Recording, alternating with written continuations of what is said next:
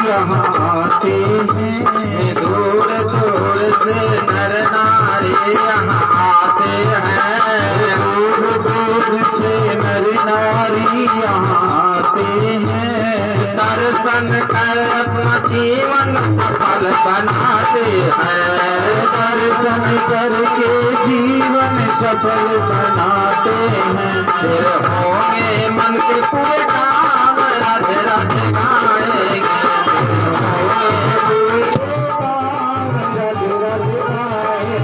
मन चल के वृंदावन धाम, राधे राधे गाएंगे, मन चल के वृंदावन धाम, राधे राधे गाएंगे,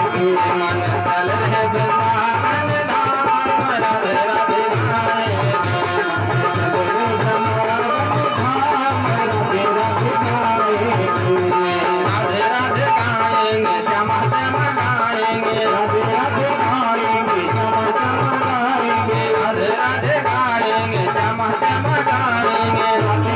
गाएंगे, श्यामा श्यामा गाएंगे, तोहे मिल जाए घन श्याम, राधे राधे गाएंगे, मन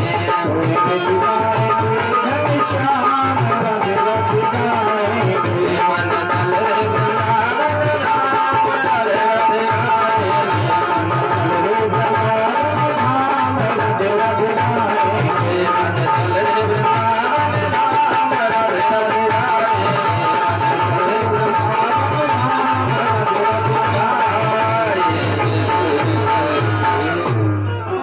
राधा कृष्ण भगवान की जय जयकार हो। तो वृंदावन में बांके बिहारी आज भी लीला करते हैं, रोज नई नई लीलाएं भगवान कन्हैया करते रहते हैं। कुछ ना कुछ अनुभव भगवान आज भी वहां के लोगों को कराते रहते हैं। एक दिन भगवान कन्हैया को पुचका खाने की इच्छा हो गई। भगवान कन्हैया को अभी की ताजा लीला है भगवान की, बहुत दिनों की पहले की बात नहीं है, अभी ताजा ही है, 2-4 साल की ही बात है। तो एक दिन भगवान कन्हैया को पुचके खाने की इच्छा हो गई। पुचके तो जानते ही हो, पानी पूरी। अब भगवान कन्हैया की इच्छा हो गई, अब करें क्या। तो जैसे ही 12 बजे पुजारी जी ने पट बंद किए दोपहर में, और पट बंद करके पुजारी जी अपने रूम में चले गए विश्राम करने के लिए। अब भगवान की इच्छा हो गई, क्योंकि मीठा खाते खाते पूरा दिन हो गया था। तो भगवान कन्हैया ने सोचा कि आज चरचरा होना चाहिए कुछ। तो जैसे पुचके खाने की इच्छा हुई तो भगवान कन्हैया वहां से अंतर ध्यान हो गए, और अंतर ध्यान होकर के छोटे से बालक का रूप बनाया, और छोटे से बालक का रूप बना करके पुचके वाले के पास पहुंच गए और कहा, अंकल जी हमें पुचके खिलाओ। और पुचके वाले ने भगवान को पुचके खिला दिया। अब पुचके वाले ने कहा पैसे दो। अब भगवान बोले पैसे तो है नहीं। तो पुचके वाले ने कहा तो फिर पुचकी क्यों खाए, जब पैसे ही नहीं थे तो फिर खाए क्यों, और अगर खाए हो तो देना पड़ेगा। अब कन्हैया ने सोचा ये तो मामला गड़बड़ हो गया, पहले ही पूछ लेते तो ठीक था, अब क्या दें। तो कन्हैया के हाथ में एक चांदी का कड़ा था। तो कन्हैया ने कहा, चाचा जी आप एक काम करो, ये हमारा जो चांदी का कड़ा है इसे आप रख लो, जब हमारे पास पैसे हो जाएंगे तब हम आपको पैसे दे जाएंगे, अपना कड़ा ले जाएंगे।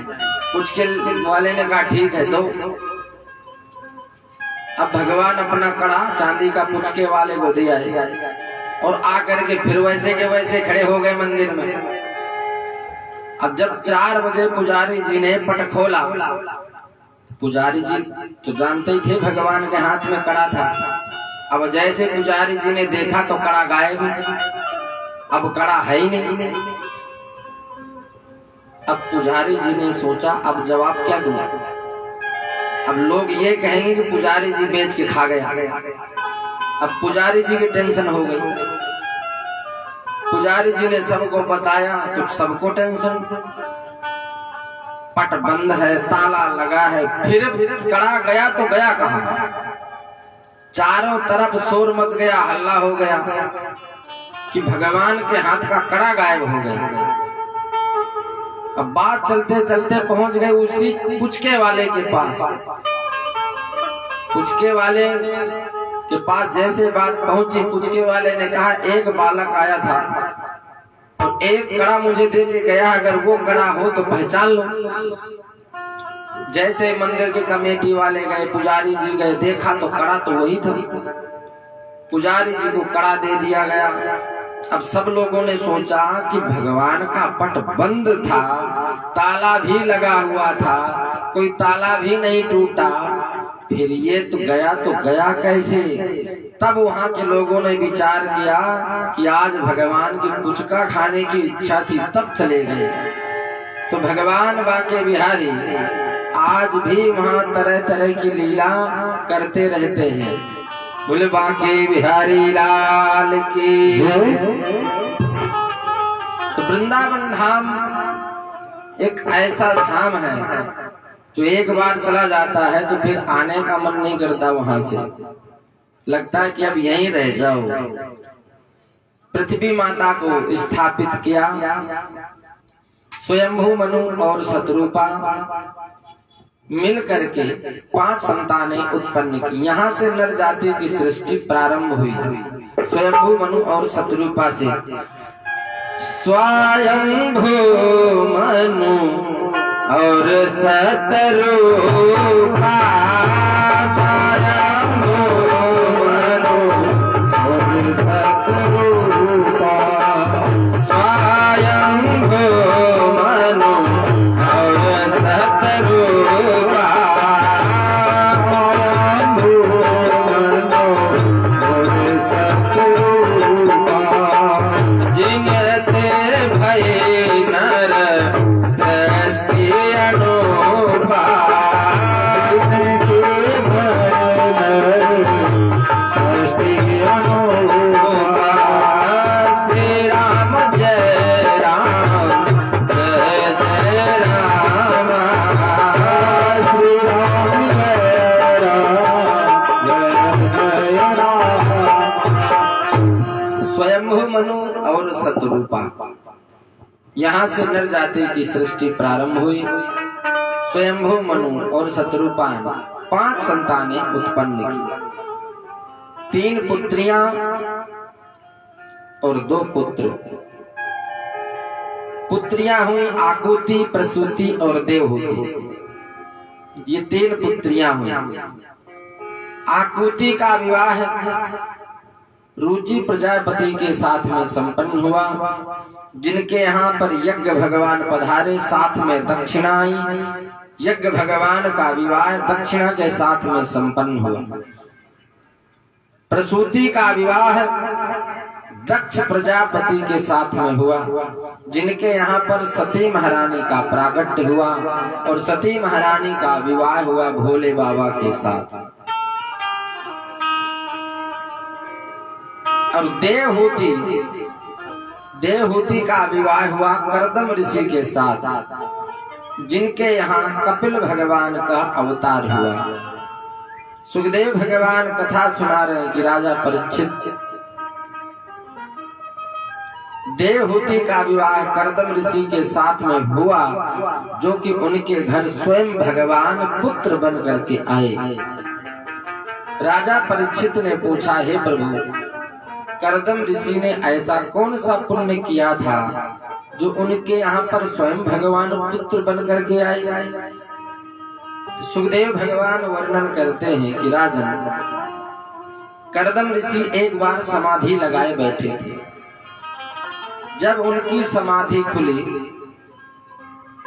तो देखा संसार को, और जैसे ही संसार को देखा तो मन भटक गया। देखो, मन भटकने के सिर्फ 2 कारण हैं, एक हमारी आंख, दूसरी हमारे कान। तीसरा कोई कारण नहीं है मन भटकने का। अगर हम कुछ ऐसी वैसी चीज देखेंगे तो भी मन हमारा खराब होगा, मन भटक जाएगा। कुछ गलत चीजें सुनेंगे तो भी मन भटक जाएगा। मन भटकने का और कोई कारण नहीं है। तो कर्दम ऋषि ने जैसे ही संसार को देखा तो विचार आया कि देखो कैसे संसार के लोग रहते हैं, अपने बच्चों के साथ रहते हैं, अपनी पत्नी के साथ रहते हैं, घूमने जाते हैं, खूब फिरते हैं, और हमें देखो हमें क्या मिला, टीका फोका लगा के जंगल में पड़े रहते हैं। हमें क्या मिला? उम्र है कर्दम ऋषि की 70 साल, और 70 साल की अवस्था में मन भटक गया। कर्दम ऋषि ने मन में विचार किया कि अब हम भी शादी करेंगे। अब 70 साल में कोई शादी के लिए बोले तो क्या अच्छा लगेगा? नहीं अच्छा लगेगा। कोई 20 साल का लड़का बोले तो ठीक है, 25 साल का बोले तो भी ठीक है, 30 साल का बोले तो भी ठीक लगता है। लेकिन 30 साल के बाद में अगर कोई विवाह के लिए सोचे तो फिर वो गलत है। 30 साल के बाद सपना देखना बंद कर देना चाहिए। लेकिन अब महाराज लड़कियों की ऐसी समस्या हुई कि 40-40 साल के भी कुंवारे बैठे, शादी ही नहीं हो रही, ऐसी समस्या हुई। अब एक बात बताओ, हम अपनी बहन बेटी के लिए लड़का देखने के लिए जाते हैं, है ना? लड़का ही तो देखने के लिए जाते हैं, कोई बूढ़ा देखने के लिए थोड़ी जाते हैं। और 40 साल के बाद तो बूढ़ा ही हो जाएगा। तो लड़का तो महाराज 20, 25, 30 लास्ट है, फिर बुढ़ापा। लेकिन कर्दम ऋषि की उम्र 70 साल, और फिर भी शादी के लिए सोच रहे कि अब हम भी विवाह करेंगे। अब 70 साल का कोई डोकरा हो, हाथ में चिटिया लेके चलता हो, और वो लोग वो बोले कि अब मैं शादी कराऊंगा, तो क्या अच्छा लगेगा? नहीं लगेगा। लोग सोचेंगे देखो कैसे डोकरे की बुद्धि खराब हुई है, 70 साल की उम्र में शादी कराने के लिए सोच रहा है। पर कर्दम ऋषि ने सोच लिया और भगवान की तपस्या करना शुरू कर दिया। किस लिए? कि हमारी शादी हो जाए, इसलिए। अब कोई तो भगवान को भजता है, भगवान की तपस्या करता है, किस लिए? कि घर में सुख शांति रहे। कोई भगवान को भजता है कि बच्चों की सुंदर नौकरी लग जाए। कोई भगवान को भजता है कि हमारे पोता हो जाए। अब इनको देखो, बुढ़ऊ महाराज को भज रहे हैं कि हमारी शादी हो जाए, लेकिन भज रहे हैं। अब भगवान को जिस कामना से जो भजते हैं, भगवान उनकी वो कामना जरूर पूर्ण करते हैं। जैसे ही कर्दम ऋषि ने भगवान की तपस्या करना शुरू किया, भगवान कर्दम ऋषि के ऊपर प्रसन्न हो गए, और प्रसन्न होकर के कर्दम ऋषि के सन्मुख प्रकट हो गए। जैसे ही सन्मुख प्रकट हुए, कर्दम ऋषि ने भगवान को देखा, भगवान के चरणों में दंडवत प्रणाम किया। कर्दम ऋषि बोले, हे प्रभु, अब हमारी किसी भी प्रकार की कोई इच्छा नहीं है, अब तो मैं केवल आपका ही भजन करना चाहता हूँ। क्यों? क्योंकि जब कोई व्यक्ति भगवान के दर्शन कर लेता है तो फिर वो संसार को भूल जाता है, फिर संसार से मोह ममता नहीं रहती, फिर तो केवल भगवान से ही लगन लग जाती है कि भगवान के दर्शन कब हों। भगवान ने कहा, कर्दम, ये तो गलत कर दिया। पहले तो आपने भजा, अब कह रहे हो कि हमारी इच्छा ही नहीं है, सारी इच्छाएं खत्म हो गई। कर्दम ऋषि बोले, हे प्रभु, मैं गलत रास्ते पर चला गया था, मेरा मन भटक गया था, पर अब सारी इच्छाएं पूर्ण हो चुकी हैं। अब तो मैं केवल आपका ही भजन करना चाहता हूँ, और मेरे अंदर किसी भी प्रकार की कोई कामना नहीं। भगवान बोले, कहीं ऐसा तो नहीं कि मन मन भावे मूड हिलावे, कि अंदर से मन हो, ऊपर से मना कर रहे हो। कर्दम जी बोले, नहीं नहीं प्रभु, ऐसी कोई बात नहीं है, पर अब इच्छा ही नहीं है। भगवान बोले, तब तो आपने हमारी बात ही खराब कर दी। क्या बात खराब कर दी प्रभु? भगवान बोले हम तो आपकी सगाई पक्की करके आए। अरे हमें पता होता कि आप विवाह नहीं करोगे, मना कर दोगे तो हम आपकी सगाई ही पक्की नहीं करते। अब बताओ हमारी बात का क्या होगा, हमारी तो बात खराब करवा दी आपने। कर्दम ऋषि बोले सगाई भी पक्की कर दी। भगवान बोले और क्या, हम आपकी सगाई पक्की करके आए हैं यहाँ। अच्छा किसके साथ में? भगवान बोले कर्दम ऋषि की पुत्री है जिसका नाम है देवहूति। देवहूति के साथ में हम तुम्हारी सगाई पक्की करके आए हैं यहाँ। आपने हमारी बात खराब करवा दी। कर्दम ऋषि बोले प्रभु जब आप सगाई ही पक्की कर दी तो चलो हम विवाह कर लेंगे। भगवान बोले कर्दम जी आएंगे अपनी पुत्री को लेकर के और वो आपके साथ में विवाह करेंगे, मना मत कर देना। कर्दम ऋषि बोले प्रभु बिल्कुल ही मना नहीं करेंगे, मना करने के लिए थोड़ी तपस्या की है, चिंता ही मत करो। पर शादी तो हम करेंगे, पर हमारी एक शर्त है। अब शर्त रख दी। शर्त क्या है? कर्दम जी बोले हे प्रभु हमारी शर्त ये है कि एक पुत्र होते ही मैं गृहस्थ आश्रम को छोड़ दूंगा और वो पुत्र आपको बन करके आना पड़ेगा।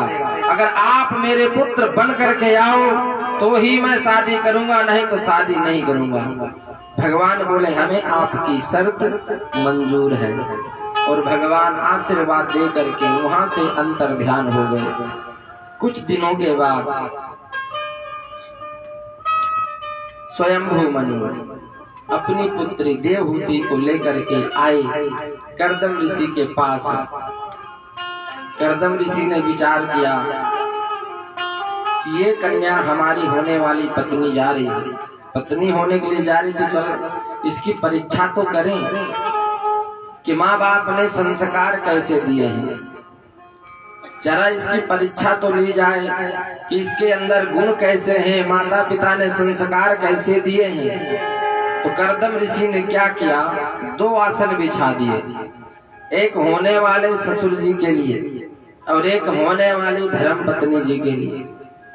अब ससुर जी तो बैठ गए क्योंकि वो तो पिता के समान है, आसन में बैठ गए। लेकिन देवहूति के सामने समस्या खड़ी हो गई। समस्या क्यों खड़ी हुई कि अगर आसन में बैठती है तो पति की बराबरी होती है, ये गलत है।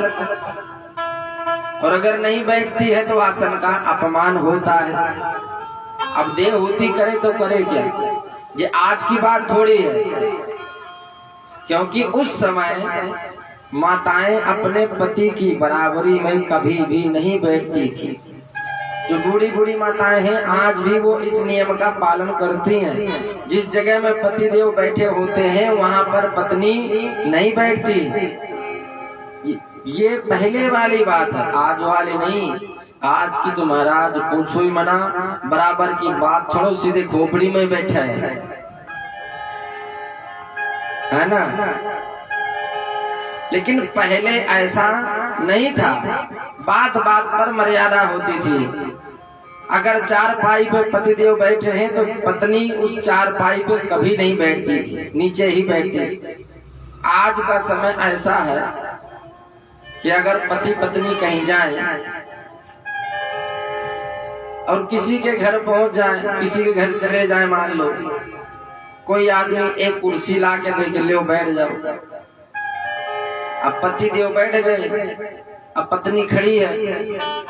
अब पता है पत्नी क्या बोलेगी? पत्नी बोलेगी हाँ जी सुनो एक काम करो ना। पति बोलेगा क्या करो?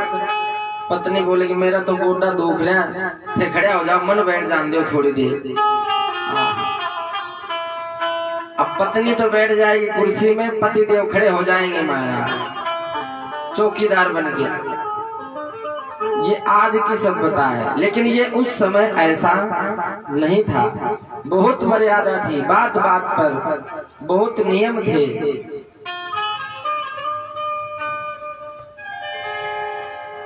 अब करे तो करे क्या, देवहूति के सामने समस्या हो गई।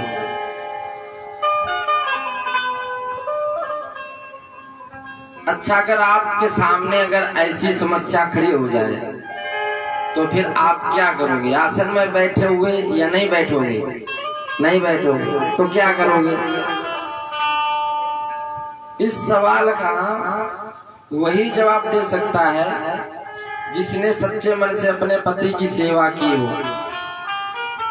अगर सवाल का जवाब ना दे पाए, समझ लेना सेवा अच्छे से हुई नहीं है, मामला गड़बड़ है।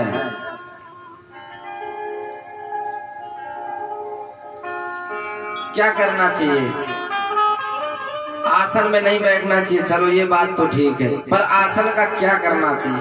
अगर नहीं बैठते तो अपमान होता है, बैठते हैं तो बराबरी होती है। अब करे तो करे क्या? अच्छा नहीं है ना जवाब? हाँ, समझ लो।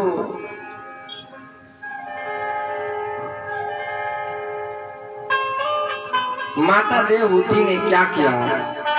आसन को प्रणाम किया और आसन को प्रणाम करके आसन को साइड में रख दिया और स्वयं नीचे बैठ गई। आसन का मान सम्मान भी हो गया और पति की बराबरी भी नहीं हुई।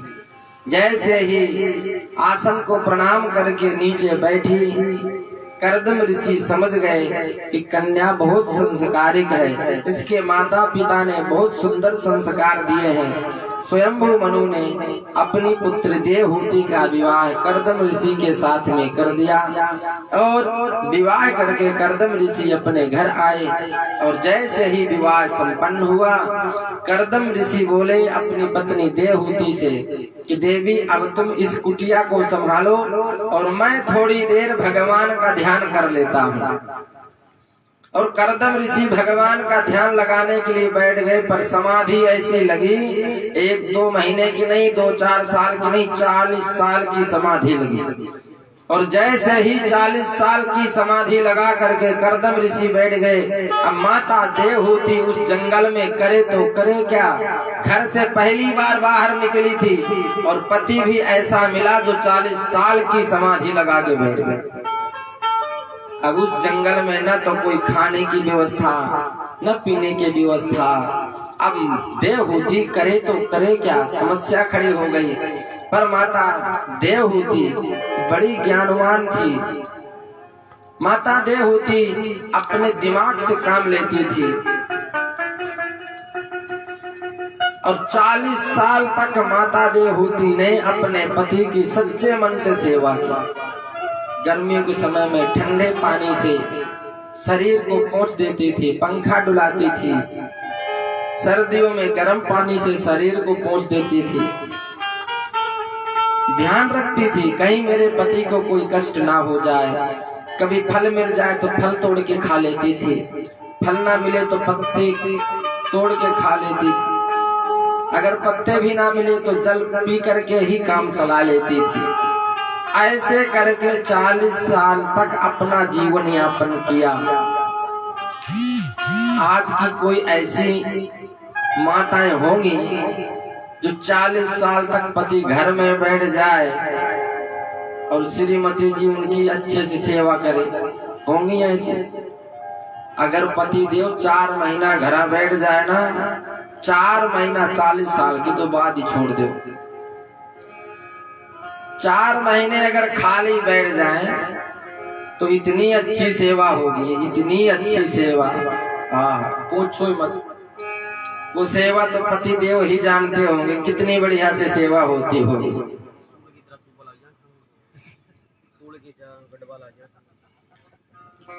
लेकिन माता देवहूति सच्चे मन से 40 साल तक अपने पति की सेवा करती रही।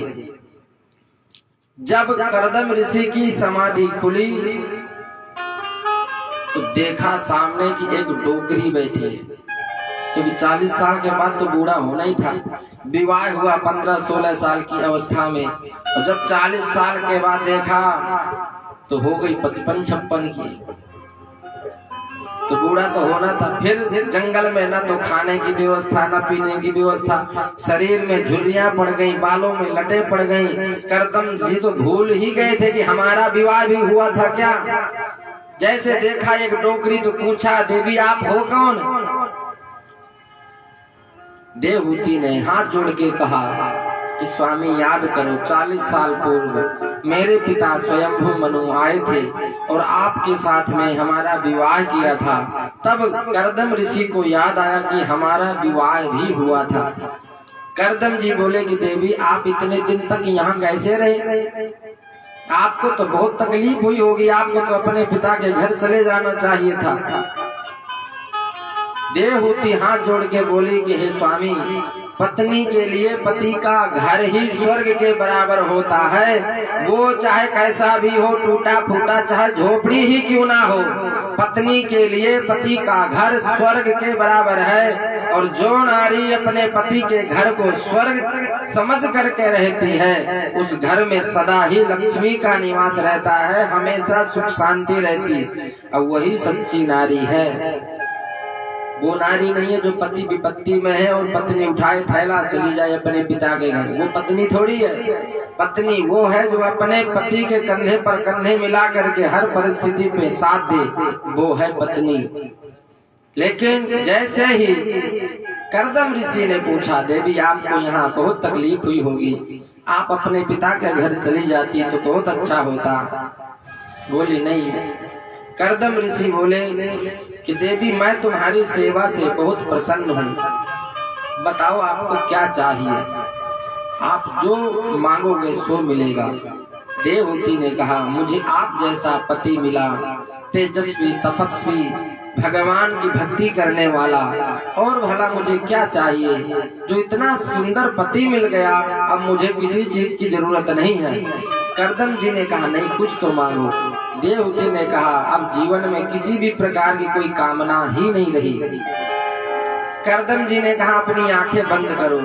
और जैसे ही देवहूति ने अपनी आंखें बंद की तो कर्दम ऋषि ने अपने तपस्या के प्रभाव से एक सुंदर जल का सरोवर बना दिया।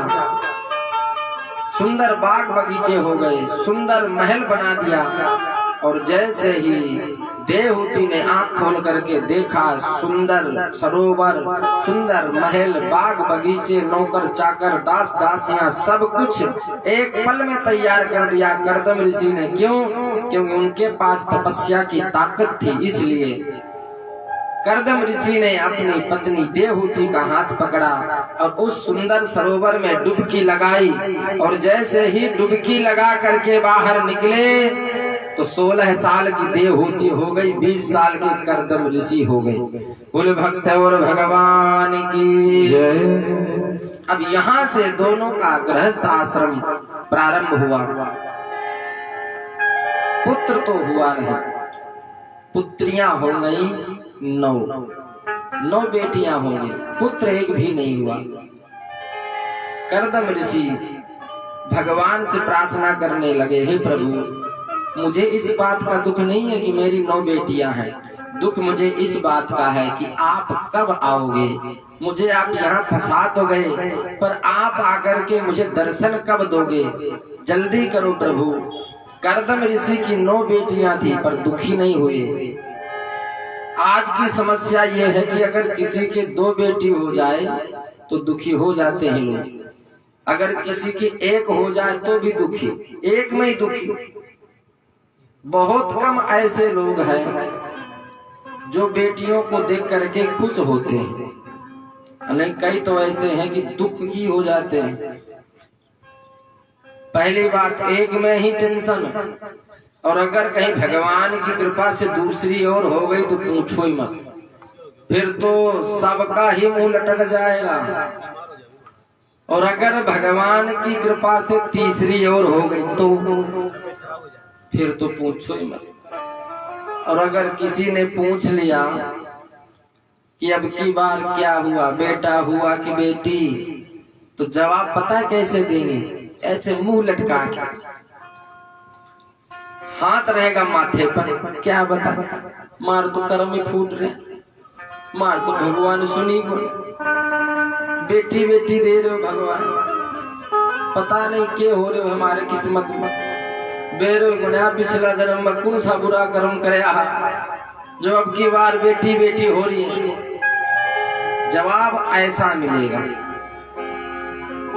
मतलब अगर बेटी हो गई तो कर्म फूट गए, और अगर बेटा हो गया तो किस्मत सुधर गई। बाद में चाहे वो भले ही बेटा लिमका के लग जाए, उसकी कोई परवाह नहीं है, पर बेटी हुई किस्मत फूट गई। और बेटा होता तो महाराज डीजे बाजा सब बजता,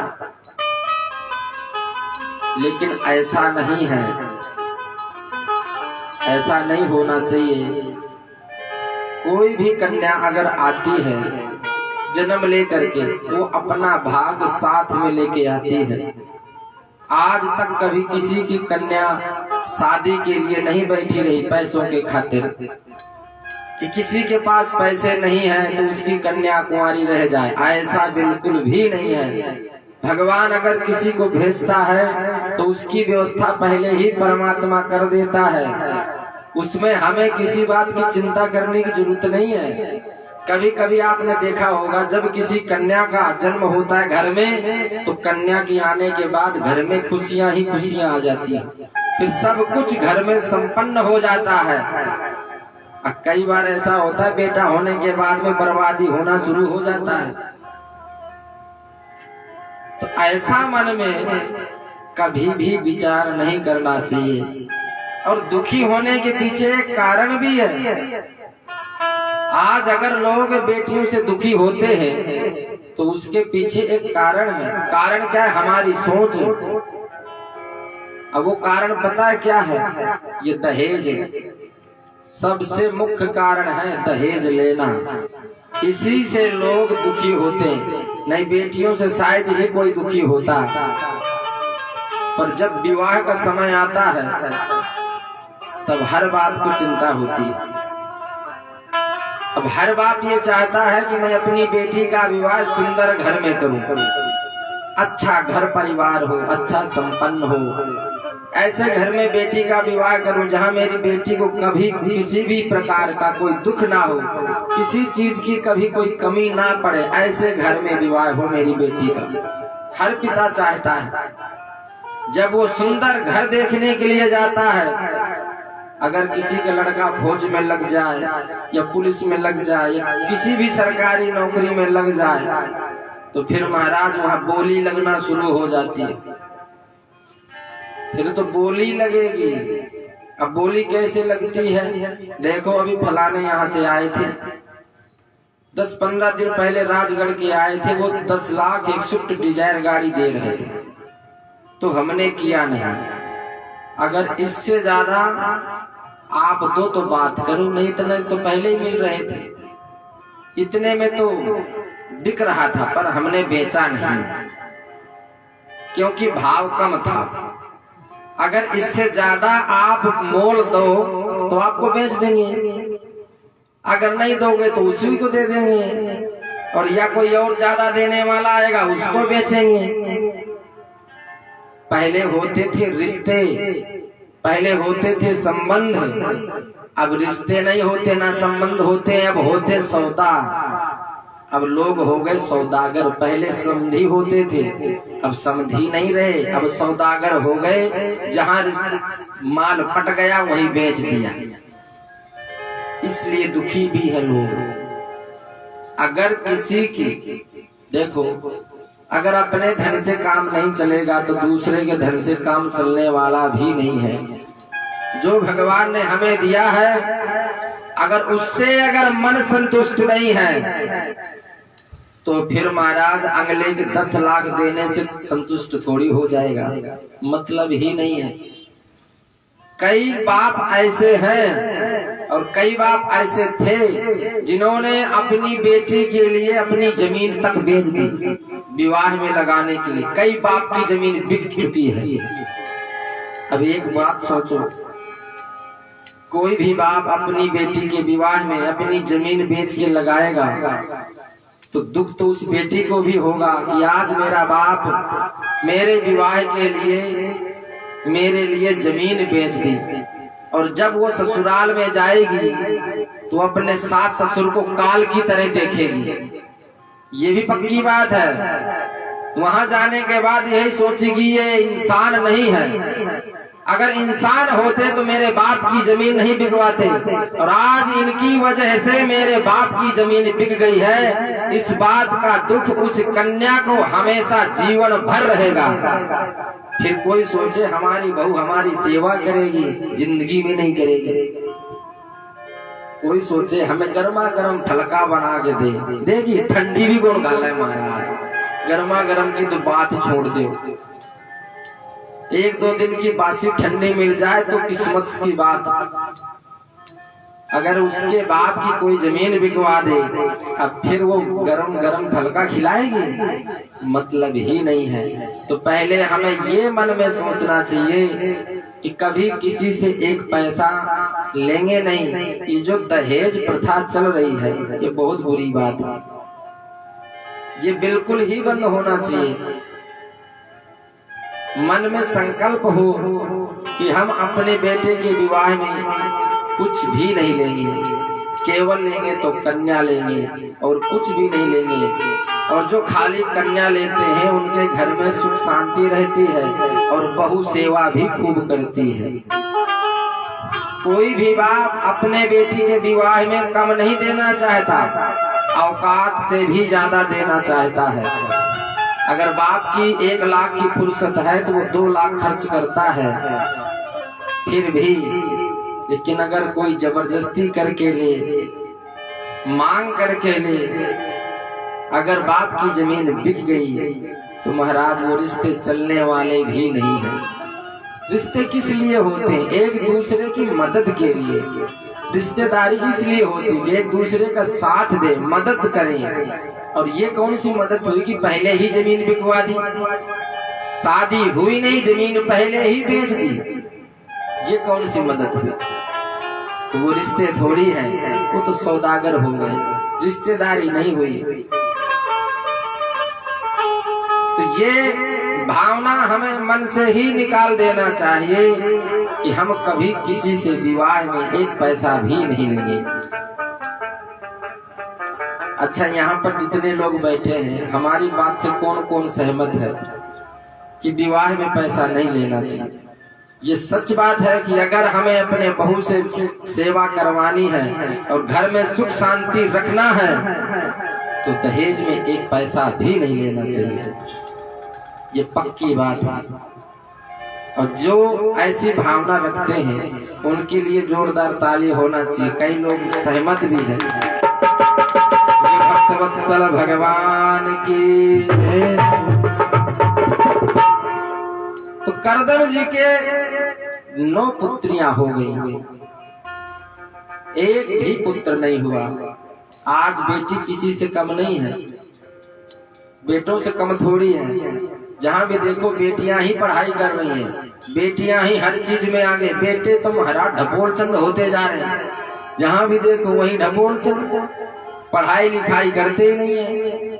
जहां भी देखो हर चीज में होशियार हो गई बेटियां, तो बेटों से कम नहीं है बेटियां महाराज। आज हेलीकॉप्टर हवाई जहाज बेटियां उड़ा रही हैं, वो कम थोड़ी है। पर सम्मान किसका होता है? बेटों का। हर जगह बेटी का मान सम्मान नहीं होता है।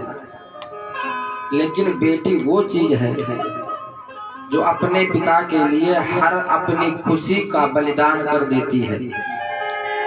अगर कोई बाप गरीब हो, बेटी अगर समझ जाए कि मेरे पिता के पास इतनी संपत्ति नहीं है, वो हैसियत नहीं है जो मुझे पढ़ा लिखा दे, तो अपनी पढ़ाई भी बंद कर देती है। अगर बाप के पास हैसियत ना हो कपड़े दिलाने की, तो बेटी ये कहती है पिताजी आप रहने दो, मैं इसी से काम चला लूंगी। पर बेटे ने अगर मांग लिया तो देना पड़ेगा, चाहे कहीं से भी लाओ, उसकी तो इच्छा पूरी करनी पड़ेगी। एक बेटी ही ऐसी होती है जो हर अपनी खुशी का बलिदान कर देती है, बेटे कभी नहीं करते। और जितना इज्जत का ख्याल बेटी करती है उतना बेटे कभी नहीं करते हैं। अगर कोई बाप गरीब है ना, तो जब वो अपने मायके से पिता के यहाँ से ससुराल जाती है तो बीच रास्ते में ही सामान खरीद लेती है और ससुराल में जाकर के कहेगी कि ये तो मुझे मायके में मिला है, ये मेरी माँ ने दिया है। ये मेरे भाभी ने दी है, ये मेरे पिता ने दी है। वो होती है बेटियां कि अपने बाप की इज्जत हमेशा ही बचा के रखती है, डूबने नहीं देती। अगर रात्रि के समय में कोई पिता बाहर से घर आए और अगर बेटी ना हो बेटा हो, अब पिता को जोर से भूख लगी हो और पिता बेटे से कहे बेटा मुझे भूख लगी रही है, मेरे लिए भोजन बना दो, तो क्या बेटा बनाएगा? मतलब ही नहीं। वो यही कहेगा आप तो सो जाओ, सुबह ही खा लियो, साग गई, मेरे बस की बात नहीं है। पर अगर उस बेटे की जगह कोई बेटी हो तो रात में 12 बजे उठ करके भी अपने पिता के लिए भोजन बनाएगी, पर पिता को भूखा नहीं सोने देगी। ये होती है बेटियां। अगर आपके घर में कोई पिता आ जाए, आपके पिताजी रात में 12 बजे, तो क्या आप अपने पिता को भूखा सुलाओगे? कोई नहीं सुलाएगा। और बेटे तो कहेंगे अब तो पिताजी सो जाओ, सुबह एक साग ही खा ली, मेरे बस की बात नहीं है।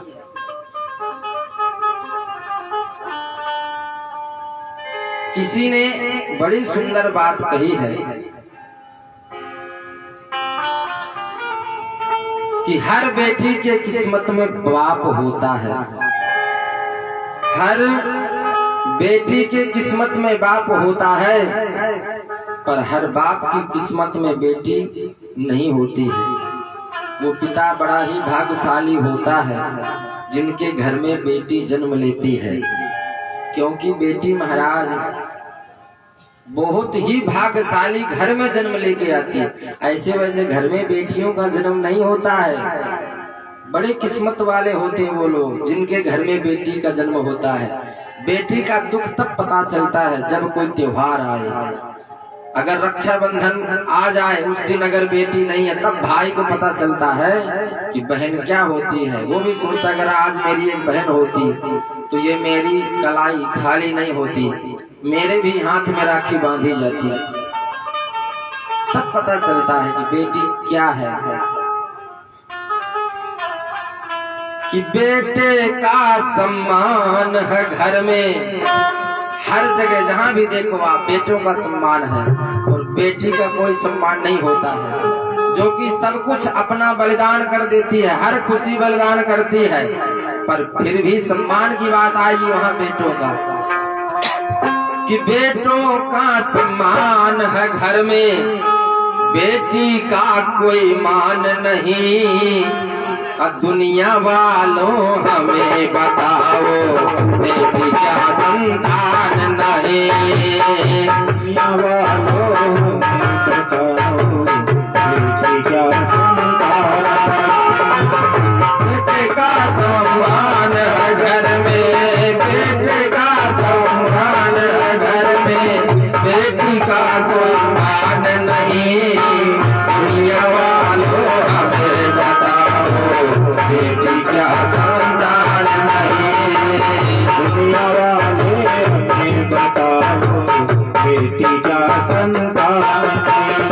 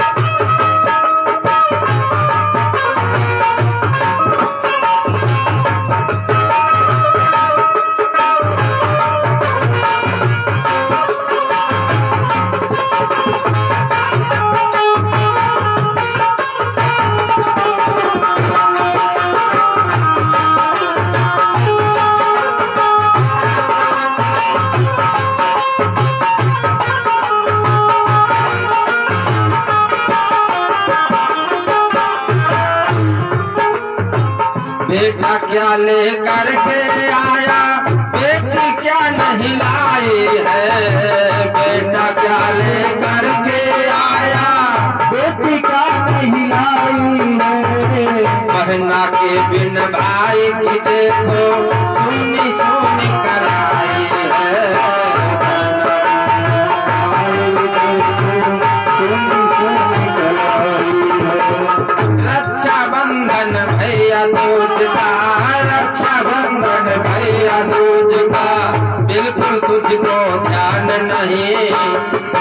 वालों हमें बताओ बेटी क्या संतान नहीं।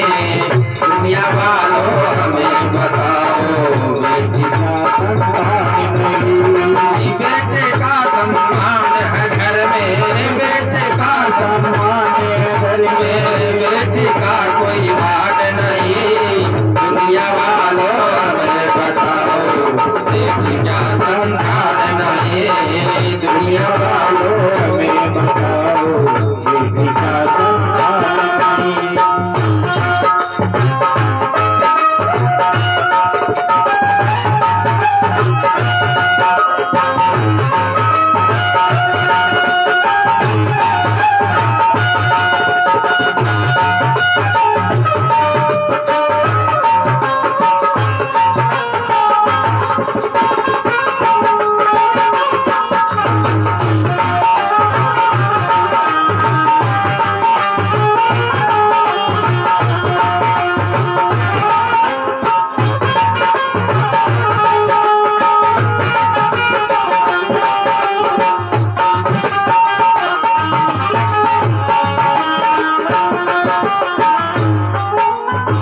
बेटा तुमको छोड़ भी देगा, बेटी साथ न छोड़ेगी। बेटा तुमको छोड़ भी देगा, बेटी साथ न छोड़ेगी। छोड़ेगी जिस दिन वो दो घर से नाता जोड़ेगी। छोड़ेगी दिन वो दो घर से नाता जोड़ेगी। कन्यादान से बढ़कर जग में, कन्यादान से बढ़कर जग में दूजा कोई दान नहीं। दुनिया वालों हमें बताओ बेटी क्या संतान नहीं। दुनिया वालों हमें बताओ बेटी क्या संतान नहीं। बेटे का सम्मान है घर में, बेटे का सम्मान है घर में, बेटी का कोई मान नहीं। दुनिया वालों हमें बताओ बेटी क्या संतान नहीं। दुनिया वालों हमें बताओ बेटी क्या संतान नहीं।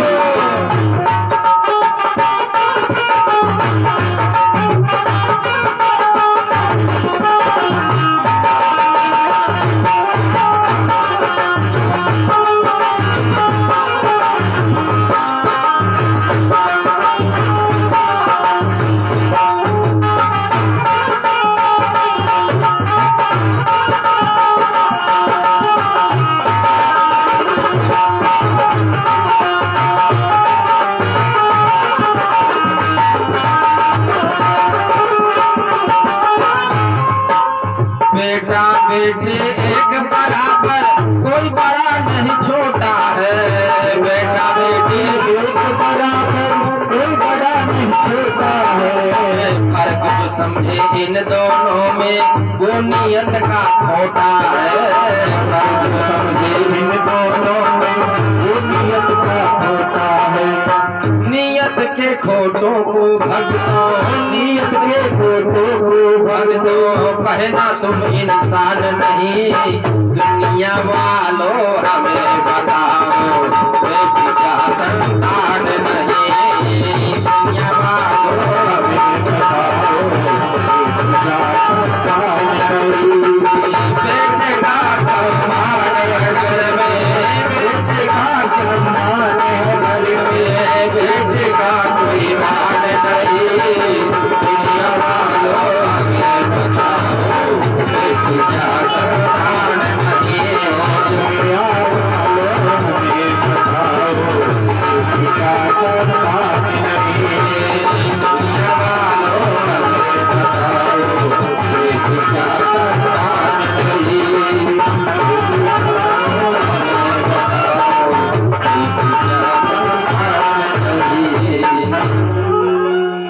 बोले भक्तवत्सल भगवान की जय। जब 9 पुत्रियां हो गई,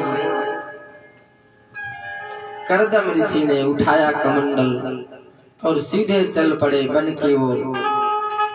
उनकी पत्नी देवहूति ने कहा, हे स्वामी आप याद करो, आपने वचन दिया था कि एक पुत्र होते ही मैं गृहस्थ आश्रम को छोड़ूंगा। अभी तो पुत्र हुआ नहीं और आप पहले ही चल पड़े।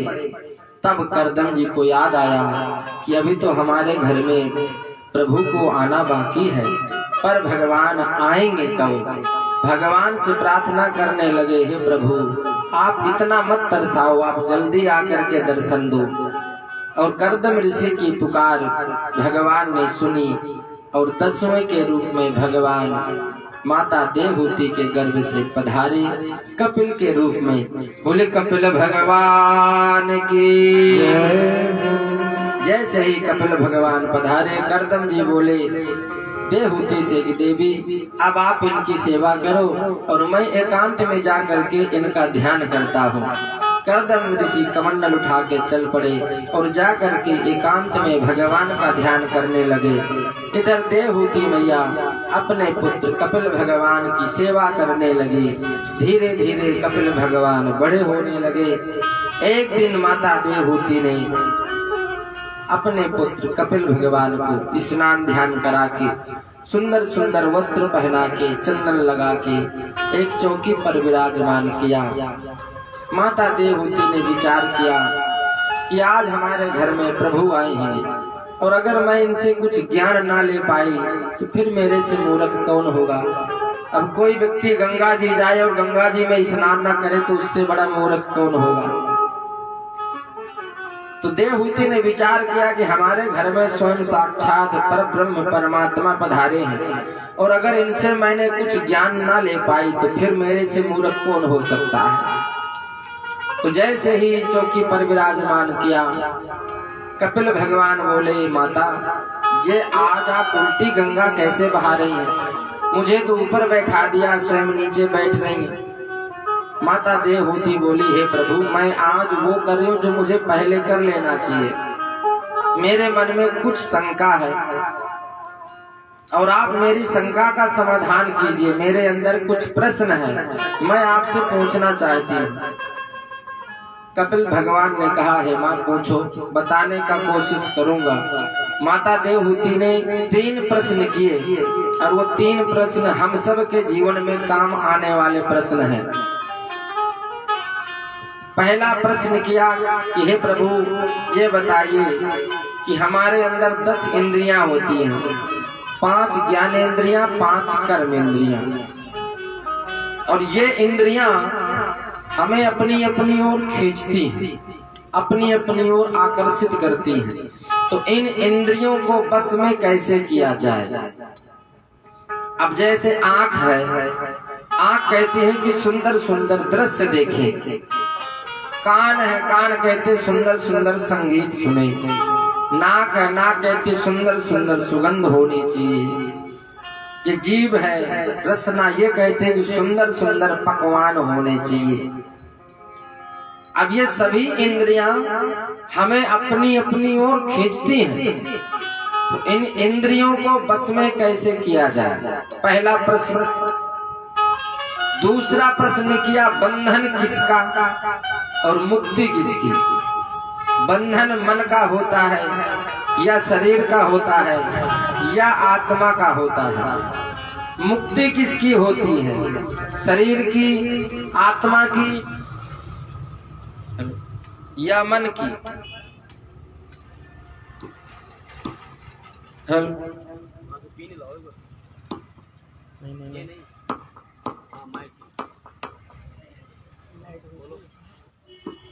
हेलो। तो बंधन किसका और मुक्ति किसकी। तीसरा प्रश्न किया, मन का भटकाव खत्म कैसे हो। ये जो हमारा मन भटकता है, तो मन का भटकाव कैसे खत्म हो। ये 3 प्रश्न किए। तो पहला प्रश्न का जवाब दिया कपिल भगवान ने कि हे माँ, इंद्रियों को तो बस में होना ही चाहिए, पर हमारी इंद्रियां हमारे बस में कब होंगी, जब संयम होगा। जब संयम रूपी कोड़े इन इंद्रियों में लगेंगे तब हमारी इंद्रियां हमारे बस में होंगी। जब तक हमारे जीवन में संयम नहीं होगा तब तक हमारी इंद्रियां हमारे बस में नहीं हो सकती। अगर इंद्रियों ने कुछ मांगा और हमने पूर्ति कर दी तो वो हमारे बस में नहीं होंगी, ऊपर से और मजबूत होंगी। अब जलती हुई आग में कोई घी डाले तो वो आग कम थोड़ी होगी और ज्यादा होगी। अब जैसे हमारी इंद्रियों ने मांग लिया कि आज हमें तो रसमलाई खाना है तो खिला दिया। किसी दिन मांग लिया कि आज बढ़िया गर्मा गर्म पकौड़ी होनी चाहिए तो पकौड़ी बना के खिला दिया। अब ये हमारी इंद्रियां और मजबूत होती जा रही हैं, ये हमारे बस में नहीं होंगी। अगर इंद्रियों को बस में करना है तो जीवन में संयम होना चाहिए। अगर जीवन में संयम नहीं है तो ये इंद्रियां हमारे बस में नहीं हो सकती। और संयम कैसा? सबसे पहला नियम, संयम अगर जीवन में अपनाना है तो उसके लिए 3 काम जरूर करने पड़ेंगे। 3 काम कौन कौन से? कि जितासनो जितश्वासो जित संगो जितेंद्रियः। ये 3 काम है। सबसे पहला काम है आसन को जीतना। अगर हमारा आसन सिद्ध है, हमने आसन को जीत लिया तो ही हम अपनी इंद्रियों को अपने बस में कर सकते हैं, अन्यथा नहीं। एक आसन में ज्यादा से ज्यादा देर बैठने की आदत होनी चाहिए। आलती पालती मार करके 1 घंटा, आधा घंटा, 2 घंटा, 3 घंटा, 4 घंटा, 5 घंटा, हम एक आसन में कितनी देर बैठ सकते हैं आलती पालती मार के? तो सबसे पहला काम है आसन को जीतना। अब आसन को क्यों जीतना पड़ता है? अब मान लीजिए हमने भगवान का ध्यान लगाया, अब ध्यान लगा करके भगवान का बैठ गए, 5 मिनट नहीं हुए कि पैरों में दर्द होना शुरू हो गए। जो भगवान में ध्यान था वो ध्यान टूट जाएगा, ध्यान पहुंच जाएगा पैरों में। हे भगवान, पैर दर्द कर रहे। जो ध्यान लगा था भगवान में वो उसी समय टूट जाएगा और ध्यान चला जाएगा उन पैरों में कि दर्द हो रहा है। इसलिए कहा है कि सबसे पहले आसन को जीतना। अब मैं देखता हूँ इतनी देर आप बैठते हो, कम से कम 70 बार उथल पुथल करते हो, कम से कम, और क्या करते हो ज्यादा। तो सबसे पहले आसन को जीतना। जो योगी लोग होते हैं, सिद्ध लोग होते हैं, वो सबसे पहले अपने आसन को जीतते हैं। एक आसन में बैठने की आदत डालते हैं ज्यादा से ज्यादा। दूसरा, जितासनो जितश्वासो, अपने श्वास को रोकना। अब श्वास को कैसे रोकेंगे? प्राणायाम के द्वारा। व्यक्ति को प्राणायाम करना चाहिए। और तीसरा काम है जित संगो, संग हमारा अच्छा होना चाहिए। अगर हमारा संग अच्छा है तभी हमारी इंद्रियां हमारे बस में हो सकती हैं। अगर संग अच्छा नहीं है तो इंद्रियां हमारे बस में नहीं होंगी। आप भगवान के दरबार में बैठ के देखना, मन दूसरा रहेगा, और टेलीविजन के सामने बैठ के देखना, मन दूसरा रहेगा। इसीलिए कहा है जितासनो जितश्वासो जित संगो जितेंद्रियः, तब जाकर के हमारी इंद्रियां हमारे बस में होती हैं। तो जीवन में संयम पहले होना चाहिए कि हम अपनी इंद्रियों को अपने बस में कैसे करें। दूसरा प्रश्न किया था कि बंधन किसका और मुक्ति किसकी? बंधन शरीर का होता है या आत्मा का होता है या मुक्ति, या बंधन मन का होता है? मुक्ति किसकी होती है? शरीर की, आत्मा की या मन की? तो कपिल भगवान कहते हैं माता, बंधन शरीर का भी नहीं होता। क्यों? क्योंकि शरीर जन्म लेता है, शरीर युवा होता है, शरीर जवान होता है और वृद्ध होता है, और वृद्ध के बाद मर जाता है। अगर ये शरीर हमारे बंधन में होता तो हम इसे रोक लेते जब जवान था तभी, कि भैया जवान है, जवान ही रहना, बूढ़ा मत होना। पर शरीर हमारे बस में नहीं है। तो बंधन किसका होता है? आत्मा का। कपिल भगवान बोले आत्मा का भी बंधन नहीं। क्यों? क्योंकि ना तो आत्मा का कभी जन्म होता है और ना ही आत्मा की कभी मृत्यु होती है। तो जिसका जन्म नहीं मृत्यु नहीं फिर उसका बंधन कैसे? तो फिर बंधन का कारण कौन है? बोले मन। बोले हाँ, बंधन का कारण सिर्फ हमारा मन है। मुक्ति किसकी होती है? शरीर की। बोले शरीर की मुक्ति नहीं होती। हम सभी लोग कहते हैं भगवान मुक्ति हो जाए, उसकी आत्मा को शांति मिल जाए, उसकी आत्मा को मुक्ति मिल जाए। तो क्या आत्मा की मुक्ति होती है? क्या शरीर की मुक्ति होती है? शरीर की मुक्ति नहीं होती। क्यों? क्योंकि शरीर की मरने के बाद 3 ही गति होती है, चौथी गति नहीं होती। जला देंगे राख बन जाएगा, फेंक देंगे जानवर खा जाएंगे, गाड़ देंगे कीड़े बन जाएंगे। चौथी गति होती ही नहीं शरीर की। जीवन में 3 बार भगवान हमें दर्शन भी देते हैं। 3 बार ही जीवन में भगवान हमें सचेत करते हैं कि अब तो मेरा भजन कर ले, अब तो सुधर जा। हर व्यक्ति के जीवन में भगवान 3 बार संदेश देते हैं, 3 बार घंटी बजाते हैं, चौथी बार घंटी नहीं बजाते। पहली घंटी जीवन की कब बजती है? पहली घंटी बजती है सिर के बाल सफेद हो जाना। समझ लो कि भगवान ने सचेत कर दिया है। जैसे गाड़ी रिजर्व में लग जाती है, इसका मतलब है वो सचेत कर दिया कि भैया सावधान हो जाओ, अब तेल की व्यवस्था कर लो, नहीं कहीं भी गाड़ी खड़ी हो सकती है। इसी तरह परमात्मा हमें सावधान करते, सिर के बाल सफेद हो जाना। लेकिन फिर भी ये आदमी नहीं मानता, बोलेगा तेरा भजन नहीं करूंगा, नाई की दुकान में जाके डाई करवा के आ जाएगा। बूढ़ा तो होगा ही नहीं, बूढ़ा बनना ही नहीं चाहता। जीवन में भगवान दूसरी घंटी बजाते हैं कब? जब दांत निकल जाए तब। समझ लो कि भगवान ने सचेत कर दिया, दूसरी घंटी बजा दी, भले आदमी अब तो सुधर जा, अब तो मेरा भजन कर ले। ना, तेरा भजन तो नहीं करूंगा, चाहे डुप्लीकेट ही लगवाना पड़े, डुप्लीकेट लगवा लेगा। तीसरी घंटी बजती है कब?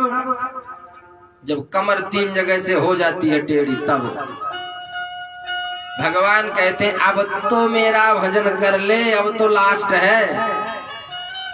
फिर भी कहते तेरा भजन नहीं करूंगा, लेके डंडा भले चल लूं, और तेरा भजन नहीं करूंगा। फिर चौथी घंटी नहीं बजती है, फिर चौथे बार में तो महाराज भगवान सीधे बड़ा वाला घंटा ही बजाते, चौथी बार घंटी नहीं बजती। बोले भक्तवत्सल भगवान की। तो शरीर की गति मुक्ति नहीं होती, तो मुक्ति किसकी? आत्मा की। बोली नहीं, आत्मा की भी मुक्ति नहीं। क्यों मुक्ति नहीं? क्योंकि आत्मा का ना जन्म होता ना मृत्यु होती, इसलिए आत्मा की मुक्ति भी नहीं होती है। तो बंधन और मुक्ति का कारण क्या है? बोले मन। मन ही हमारा ऐसा है जो बंधन और मुक्ति का कारण है। कैसे? कि मन के हारे हार है, मन के जीते जीत, मन ही मिलावत राम से, मन ही करत फजीत। यह मन हमारा ऐसा है जो भगवान से भी मिला देता है, और मन हमारा ऐसा है जो भरी सभा में बेइज्जती भी करवा देता है।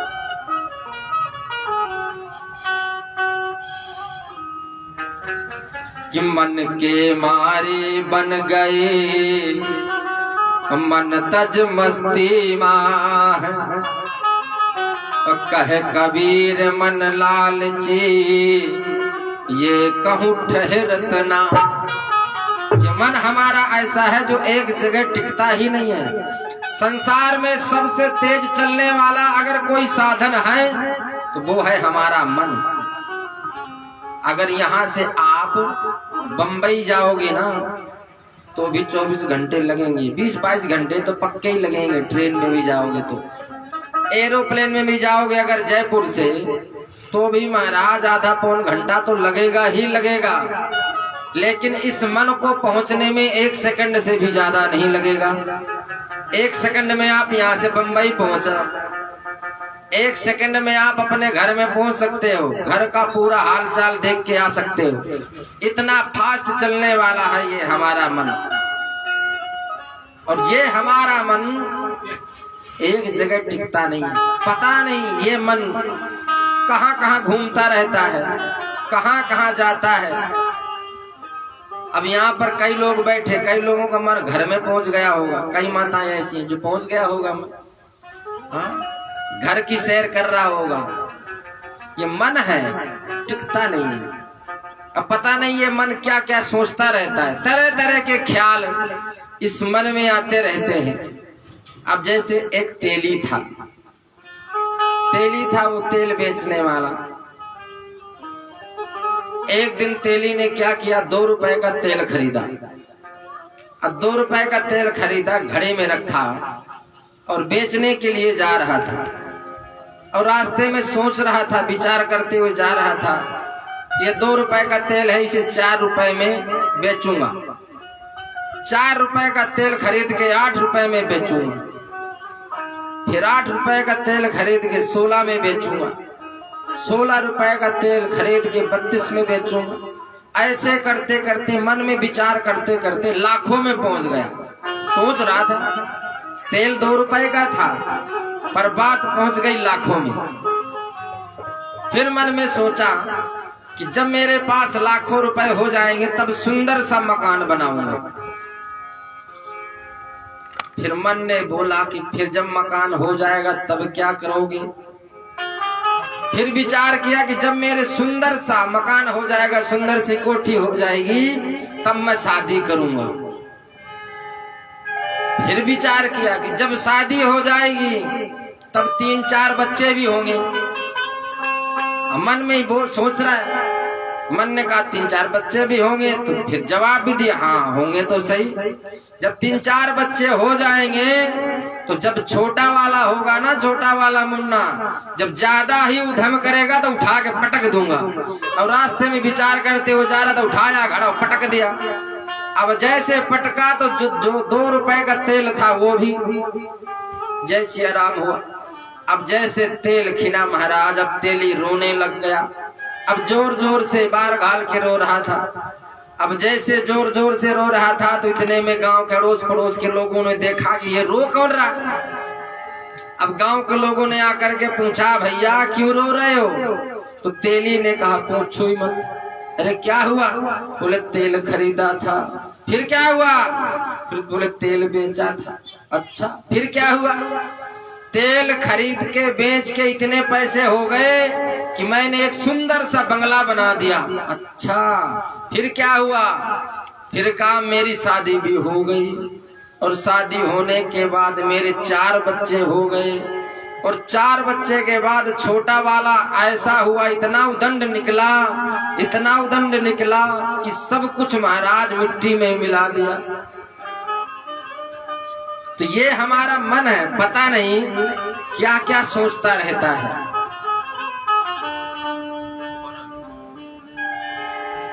कि मन के गति है अटपटी,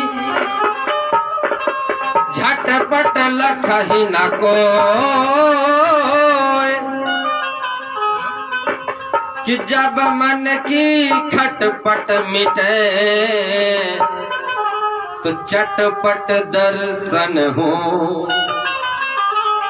हमारे इस मन की खटपट बड़ी अटपटी है महाराज, और जब तक हमारे मन की खटपट मिटेगी नहीं तो दर्शन होंगे नहीं, और जब मन की खटपट मिट जाएगी तो चटपट दर्शन हो, तुरंत दर्शन हो जाएंगे।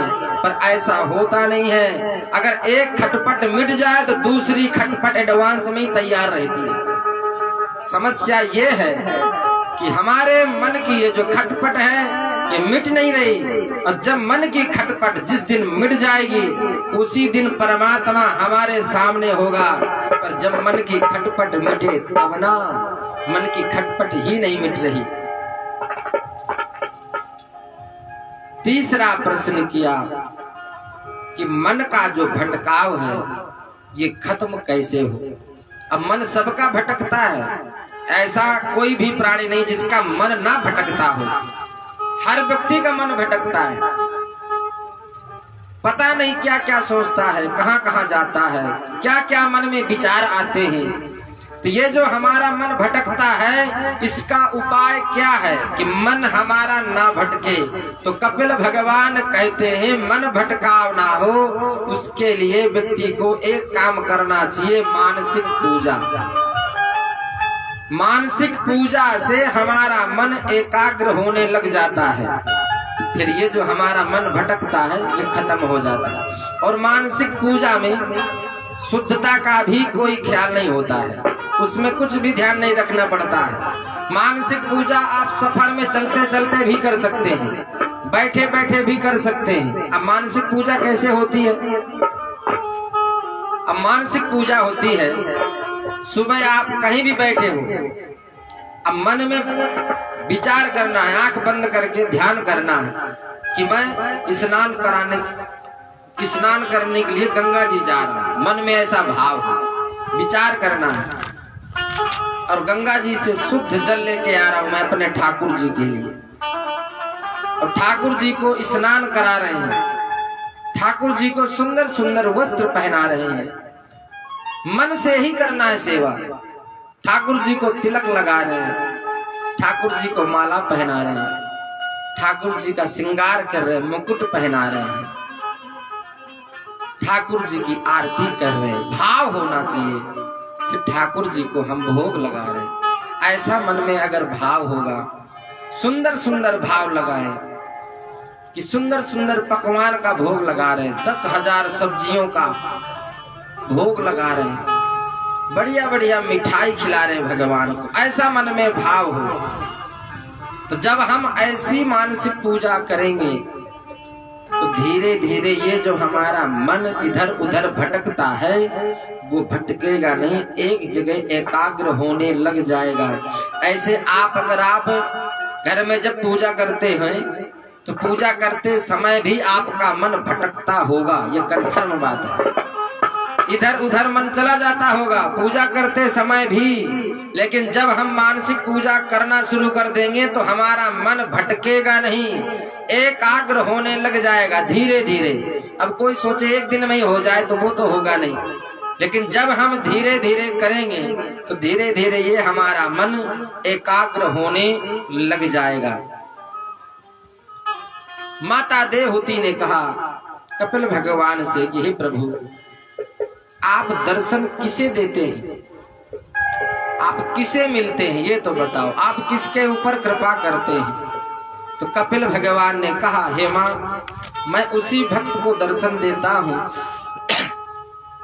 कि अहम सर्वेषु भूतेषु भूतात्मा वस्थिता सदा कि तम अवज्ञाय मामर्थ कुरुते चार विडम्बनम। मैं उसी भक्त को दर्शन देता हूँ, उसी भक्त के ऊपर कृपा करता हूँ जो अहम सर्वेषु भूतेषु, जो सब में मेरा दर्शन करता हो वही मेरा उत्तम भक्त है। जिसे भी हम देखें उसके अंदर प्रभु श्री राम का हम दर्शन करें। देखना बुरी बात नहीं है, पर जिसे भी हम देखें उसके अंदर हमारा ऐसा भाव हो कि हमारे भगवान इसके हृदय में विराजमान है, हम उसे दर्शन कर रहे हैं, ऐसा हमारे अंदर भाव होना चाहिए। और वही भगवान का उत्तम भक्त है जो सब में भगवान का दर्शन करता है। इसीलिए बाबा तुलसीदास जी ने लिख दिया क्या, किसी राम माय सब जग जानी,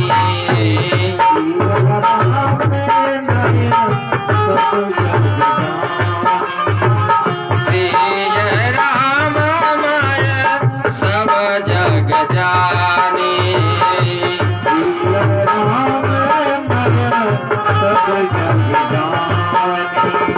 करहु प्रणाम जोर जोग पानी।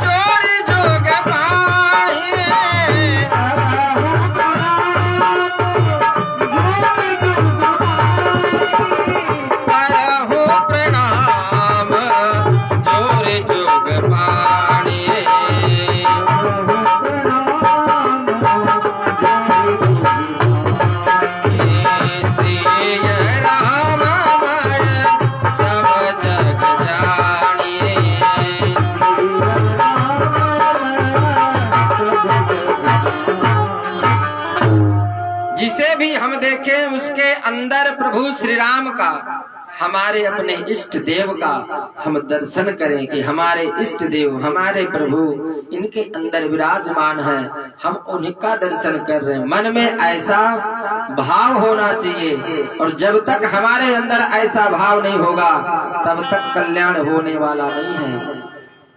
भगवान कपिल कहते हैं, हे माँ, जो व्यक्ति, हर व्यक्ति के अंदर मेरा दर्शन नहीं करता, ना तो मैं उसके ऊपर कभी कृपा करता हूँ और ना ही मैं उसे कभी दर्शन देता हूँ। वो इसी तरह बार बार में आता है, बार बार में जन्म लेता है, बार बार में मर के चला जाता है। कि पुनरपि जननम पुनरपि मरणम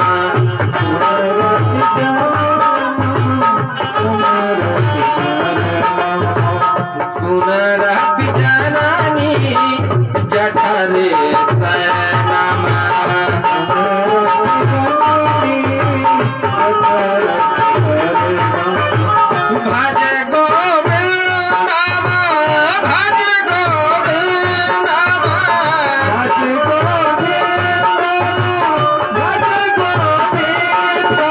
गोविंदम भज मोर मते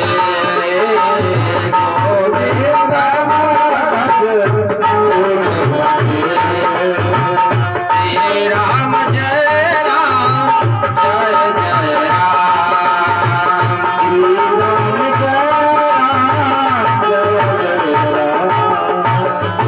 जो हर व्यक्ति के अंदर मेरा दर्शन नहीं करता, वो बार बार में जन्म लेता है और बार बार में मर जाता है। पुनरपि जननम पुनरपि मरणम अब पुनरपि जननी जठरे शयनम भज गोविंदम भज गोविंदम गोविंदम भज मूढ़ मते।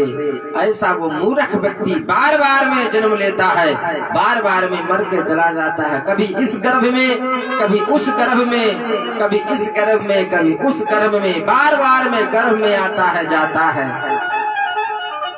माता देहूति ने कहा, हे प्रभु, जब कोई जीव गर्भ में आता है तो वहां तो उसे कोई दुख होता नहीं, आराम से रहता होगा गर्भ में, ना किसी चीज की चिंता, ना किसी बात का दुख। तो कपिल भगवान ने कहा, हे माँ, कि गर्भवासम समम दुखम भूतो न भविष्यति। गर्भवास में इतना दुख होता है, ना तो कभी हुआ और ना कभी होगा। इतना दुख होता है गर्भवास में। जब कोई जीव गर्भ में आता है तब उस जीव को बहुत कष्ट भोगना पड़ता है। इतना कष्ट भोगना पड़ता है कि उसे बाद में कभी इतना कष्ट नहीं मिलता जितना गर्भ में मिलता है। भागवत में बताया है कि जीव गर्भ में कैसे आता है, कि शरीर का निर्माण कैसे होता है। भागवत जी में सब स्पष्ट दिया हुआ है। कई लोगों के अंदर ऐसी भावना होती है, कई लोग कहते हैं कि 2-3 महीने के बालक में जीव नहीं होता है ना। कई लोग ऐसा मानते हैं, पर ये बात गलत है। भागवत में लिखा है कि जिस दिन गर्भ धारण होता है उसी दिन जीव पड़ जाता है। अब शरीर बनता कैसे है वो भी सुनिए। 1 दिन में तो इतना छोटा होता है जो हमारी इन आंखों से दिखाई नहीं देता, इतना छोटा होता है। 5 दिन में बुदबुदा के बराबर, जो बरसात में बुदबुदे उठते हैं उनके बराबर हो जाता है 5 दिन में। 10 दिन में बैर के बराबर ये जीव हो जाता है। 20 दिन में अंडे के बराबर हो जाता है और 1 महीने में सिर का निर्माण हो जाता है। सबसे पहले बनता है सिर, दूसरे महीने में हाथ पैर बनते हैं, तीसरे महीने में स्त्री पुरुष के चिन्ह बनते हैं, चौथे महीने में मांस और चमड़ी बनता है और 5वें महीने में नाखून रुएं बन करके पूरा शरीर तैयार हो जाता है। 6ठे महीने में इस जीव को एक थैली में लपेट करके उल्टा टांग दिया जाता है। जी 7वें महीने में इस जीव को भूख प्यास लगती है, तब भगवान की याद आती है। फिर भगवान को याद करता है 7वें महीने में, अपने पूर्व जन्म के कर्मों को याद करके रोता है। क्यों? क्योंकि उल्टा टंगा रहता है, इतना दुख होता है। अगर हमें कोई उल्टा टांग दे तो भला हमें कितना दुख होगा। इसी तरह ये जीव भी उल्टा टंगा रहता है, तो उस जीव को कितनी तकलीफ होती होगी। भगवान से प्रार्थना करता है, हे प्रभु मुझे इस बार इस गर्भ से बाहर निकाल, इस बार तेरा इतना भजन करूंगा, इतना भजन करूंगा कि दोबारा इस नरक में मुझे आना ही ना पड़े। लेकिन इस बार तो मुझे इस नरक से बाहर निकाल। भगवान से बहुत प्रार्थना करता है, विनती करता है कि हे प्रभु मैं तेरा बहुत भजन करूंगा, इस बार मुझे खाली निकाल दे, इतना भजन करूंगा, सारे दिन तेरा ही चिंतन करूंगा, बस एक बार मुझे कैसे भी करके बाहर निकाल। भगवान से जब विनती करता है, भगवान को वचन देता है कि हे प्रभु मैं तेरा भजन करूंगा, जाके तुझे कभी नहीं भूलूंगा। और जैसे ही ये जीव 9वें मास पूर्ण होते ही अपने माँ के गर्भ से बाहर आता है, तो जैसे ही बाहर आया तो माता देवहूति ने कहा प्रभु अब तो बाहर आ गया, बाहर आने के बाद तो इसे कोई कष्ट होता नहीं है। कपिल भगवान ने कहा हे माँ बाहर भी बहुत तकलीफ है। बाहर क्या तकलीफ है? छोटे छोटे कीड़े काटते हैं, अपनी रक्षा भी नहीं कर सकता। अगर पेट में दर्द हो रहा हो, अगर रोने लग जाए तो माँ सिर दबाने लग जाती है, पैर दबाती है, क्योंकि बोल नहीं सकता, बता नहीं सकता कि मेरे कहाँ दर्द हो रहा है, क्या तकलीफ है। छोटे छोटे कीड़े काट जाते हैं, पता नहीं चलता कहाँ पर तकलीफ हो रही है। यहाँ भी बहुत कष्ट होता है। और जब ये जीव धीरे धीरे बड़ा होता है, तो जैसे ही जीव बड़ा हुआ कि धीरे धीरे बड़ा हुआ कि भगवान को भूलना शुरू कर देता है। और वहां भगवान को वचन देके आए थे हम सब लोग कि हे प्रभु वहां तुम्हारा बहुत भजन करेंगे। लेकिन जैसे ही जीव बाहर आ जाता है, धीरे धीरे बड़ा हुआ कि भगवान को भूलना शुरू कर दिया। अब जैसे ही स्कूल जाना शुरू कर दिया, अब नंबर आता है स्कूल जाने की। अब माता पिता स्कूल भेज देते हैं, अब स्कूल में जाके पढ़ने लग जाते हैं। अब पढ़ते क्या है सबको पता है ना, CAT कैट माने बिल्ली, पढ़ते कि नहीं पढ़ते? DOG डॉग माने कुत्ता, RAT रैट माने चूहा। अब वहां पर भगवान को वचन दिया था कि प्रभु तेरा भजन करूंगा। अब यहाँ आते ही गधा बिल्ली चूहा पढ़ना शुरू कर दिया। अब माँ संस्कार देना शुरू कर देती है। अब बात आती है संस्कार की। अब माँ संस्कार कैसे देती है? जैसे ही बेटा स्कूल जाता है, अम्मा कहेगी कि बेटा टाटा कर ले, बाय करके जा। फिर वो बेटा बाय करके जाएगा। ये माँ नहीं सिखाती कि बेटा दादाजी को प्रणाम करके जाओ, दादी जी को प्रणाम करके जाओ, पिताजी को प्रणाम करके जाओ, सबको प्रणाम करके जाओ। ये नहीं कहेगी टाटा करके जाओ। अब टाटा का मतलब पता है क्या होता है? टाटा का मतलब होता है अलविदा, मतलब फिर नहीं मिलेंगे। माँ सुबह सुबह यही सिखाती है बेटा अलविदा करके जाओ। ये भगवान ऐसी शिक्षा होनी चाहिए। शिक्षा ये हो माँ कहे कि बेटा सबको प्रणाम करके स्कूल जाओ। क्यों? क्योंकि अगर प्रणाम करके स्कूल जाएगा तो विद्या ज्यादा आएगी, दिमाग ज्यादा होगा। क्यों? क्योंकि लिखा है कि अभिवादन शीलस्य नित्यो वृद्धोपसे विनः कि चत्वारि तस्य वर्धन्ते आयुर्विद्या यशो बलम। प्रणाम करने से 4 चीजें फोकट में मिल जाती हैं। खाली प्रणाम करने से 4 चीजें मिलती हैं, आयुर्विद्या यश और बल। आयु बढ़ती है, विद्या बढ़ती है, समाज में यश बढ़ता है और बल बढ़ता है। खाली प्रणाम करने से ही 4 चीजें मिल जाती हैं। तो हमें ये सिखाना चाहिए कि बेटा प्रणाम करो, टाटा बाय बाय नहीं, नहीं तो महाराज बाय बाय ही हो जाती है, फिर पूछो ही मत। ऐसा कभी ना सिखाएं और अपने बालकों को शिक्षा सुंदर दें। देखिए, हम अपने बच्चों को कुछ धन कमा के दे के जाएं या कोई जरूरी नहीं है। हम अपने बच्चों को धन दे, संपत्ति दे या ना दे, कोई फर्क नहीं पड़ता, लेकिन हम अपने बच्चों को सुंदर संस्कार दे के जरूर जाएं। अगर संस्कार दे के जाएंगे तो वो अपने आप ही कमा लेगा, देने की जरूरत ही नहीं है। और अगर संस्कार नहीं दिए तो धन चाहे कितना ही कमा करके दे जाए, वो सब कुछ मिट्टी में ही मिला देगा। क्योंकि जो संस्कारवान बालक होते हैं उन्हें धन देने की जरूरत नहीं होती है, वो तो अपने आप ही बना लेते हैं।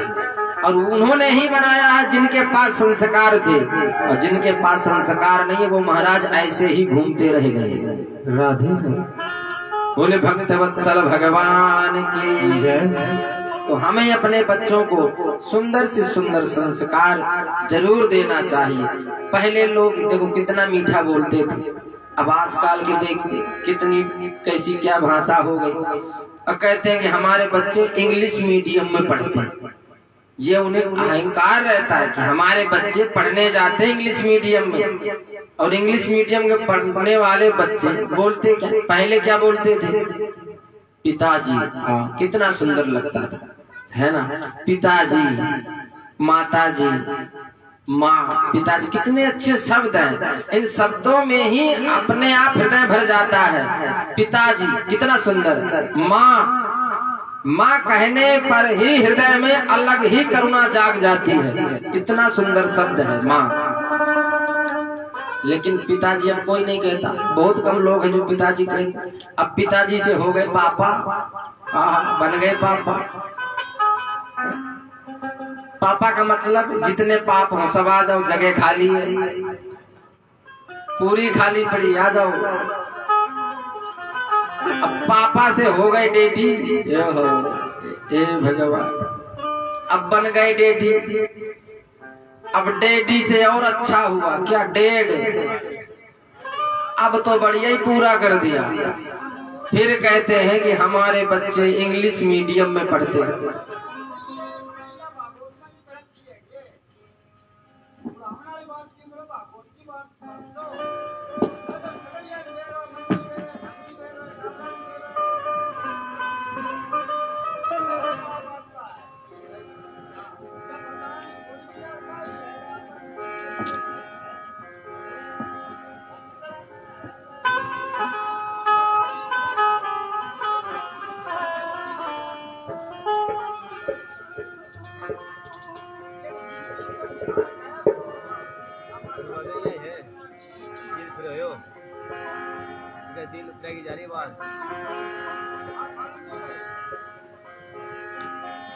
के है कि थे बीच में डिस्टर्ब करोगा, जना आनंद नहीं आओगे।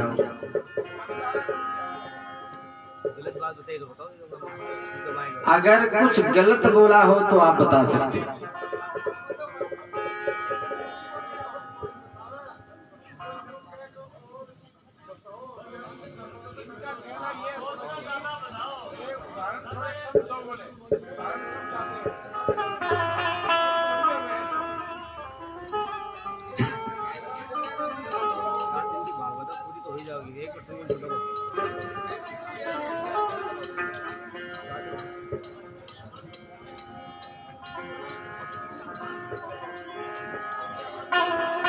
चिंता ही मत करो, थाने सब मिलेगा सुनन खाते। मन को उदास मत करो। तो संस्कार सुंदर होने चाहिए। हमें अगर हम अपने बच्चों को सुंदर संस्कार नहीं देंगे तो कौन देगा? संस्कार देंगे तो ही वो समाज में नाम रोशन करेंगे, अपने गांव का नाम रोशन करेंगे। रोशन तभी करेंगे जब हम संस्कार देंगे। तो ये जीव भगवान को वचन दे के आया है, और वचन दे के जो आते हैं तो क्या हम अपना वचन पूरा कर रहे हैं? भगवान को दिया हुआ वचन हर व्यक्ति भूल रहा है। ये हमें सोचना चाहिए कि भगवान का हमारे ऊपर ये कर्जा है। कर्जा क्या है कि हमने वचन दिया भगवान को, हे प्रभु हम तुम्हारा भजन करेंगे। यहाँ से जाने के बाद जब हमें आप गर्भ से निकालोगे तो जाने के बाद तुम्हारा बहुत भजन करेंगे, और इतना भजन करेंगे कि दोबारा इस नरक में आना ही ना पड़े। इसलिए भगवान हमें भेजता है परमात्मा का भजन करने के लिए। तो परमात्मा का हम सभी के ऊपर ये कर्जा है। अब वो कर्जा चुकेगा कब? जब हम भगवान का नाम लेंगे तब। और जब तक भगवान का सच्चे मन से नाम नहीं लेंगे तब तक भगवान का कर्जा हमारे ऊपर चढ़ा ही रहेगा। भगवान के प्रति समर्पण भाव अवश्य होना चाहिए। बोले भक्तवत्सल भगवान की। माता देवहूति का वंश आगे चला नहीं, क्योंकि कपिल भगवान ने कोई शादी नहीं की। इसलिए माता देवहूति का कर्दम ऋषि का वंश यहीं तक ही रहा, आगे उनका वंश नहीं चला। 2 पुत्र हुए, प्रियव्रत और उत्तानपाद। कि प्रियव्रत उत्तानपाद सत्यरूपा पतये सुतौ। ये 2 पुत्र हुए, प्रियव्रत और उत्तानपाद। प्रियव्रत किसे कहते हैं? अब बिना उदाहरण के समझ में नहीं आएगी। अब ले थे को तो मैं नहीं बताऊंगा, लेकिन जब तक किसी भी प्रसंग में उदाहरण ना दिया जाए तो वो समझ में नहीं आएगी एक बात भी। अब मैं ये कह के निकल जाऊंगी 2 पुत्र हुए, प्रियव्रत और उत्तानपाद। अब प्रियव्रत का मतलब क्या होता है? पहले प्रियव्रत का मतलब समझिए। प्रिय यानी सुंदर, व्रत यानी प्रतिज्ञा। जिसके जीवन में सुंदर से सुंदर प्रतिज्ञा हो उसे कहते हैं प्रियव्रत।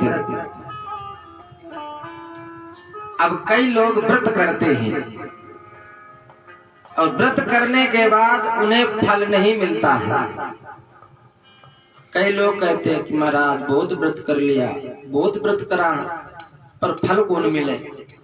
अब फल क्यों नहीं मिलता है? उसके पीछे कारण है। कारण क्या है कि उस व्रत में प्रतिज्ञा नहीं है, और जब तक व्रत में प्रतिज्ञा नहीं होगी तब तक फल नहीं मिलेगा। अब प्रतिज्ञा कैसी होनी चाहिए? जिस दिन हम व्रत करें, किसी का भी व्रत करें, उस दिन सुबह पहले नहा धो करके हाथ में जल लेकर के प्रतिज्ञा करें कि हे प्रभु आज हम ये आपका व्रत कर रहे हैं।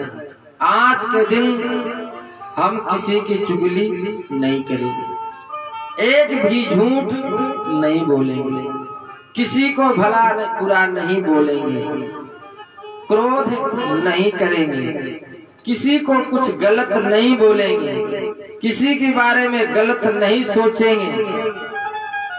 जब ऐसी प्रतिज्ञा होगी, केवल सच्चे मन से प्रभु आपका आज भजन करेंगे, तब जाकर के फल मिलेगा। नहीं फल भूखे रहने का नाम व्रत नहीं होता है, और ना ही भूखे रहने से आज तक किसी को भगवान मिले हैं। भगवान में हम भले मिल जाएं, पर भगवान हमें नहीं मिलेगा। फल कब मिलेगा? जब हम नियम के साथ व्रत करेंगे तब मिलेगा। अभी तक जिसने भी व्रत किया, अब आप खुद ही सोच लेना कि क्या हमने नियम के साथ व्रत किया है या नहीं किया है। व्रत वाले दिन अगर एक भी झूठ निकल गई तो समझ लीजिए कि व्रत वहीं पर खंडित हो गया, फिर फल नहीं मिलेगा। व्रत वाले दिन अगर किसी को कुछ भी बुरा बोल दिया तो व्रत खंडित हो गया। व्रत के दिन अगर किसी को गाली दे दी तो भी व्रत खंडित हो जाएगा। क्रोध कर लिया तो भी व्रत खंडित हो जाएगा। और अगर किसी की चुगली कर दी तो भी खंडित हो जाएगा। अब मान लीजिए 5 माताओं ने व्रत कर रखा हो, 5 माताएं मंदिर गई व्रत करके पूजा करने के लिए। अब 5 की 5 मंदिर में मिल जाए एक जगह, तो फिर पूछो ही मत। अब 5 माताएं एक जगह मिले, फिर वो आपस में किसी की चुगली ना करें, ऐसा तो हो ही नहीं सकता। क्योंकि जब तक किसी की चुगली नहीं करेंगे तब तक उनका व्रत ही नहीं पूरा होगा। व्रत नहीं चाहे व्रत को पाप कर ले महाराज तो भी गुण डटाएंगे।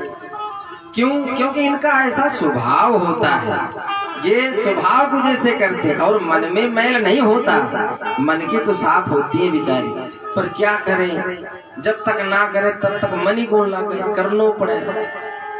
समस्या ये है। तो व्रत में प्रतिज्ञा होनी चाहिए, तब जाकर के फल मिलता है। जब तक प्रतिज्ञा नहीं होगी तो फल नहीं मिलेगा।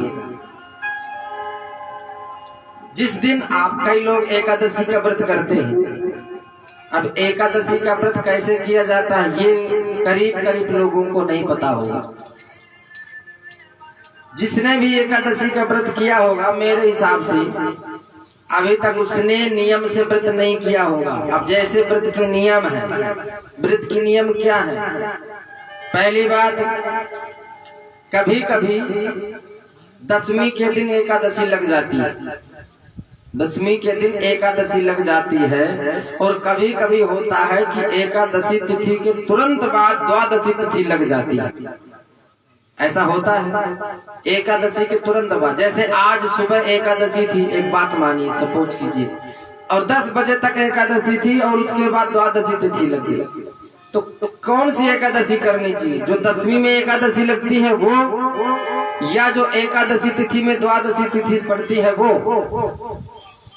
जो एकादशी में द्वादशी तिथि पड़ती है वो एकादशी करना चाहिए। 10वीं के दिन जो एकादशी तिथि पड़ती है वो एकादशी नहीं की जाती है।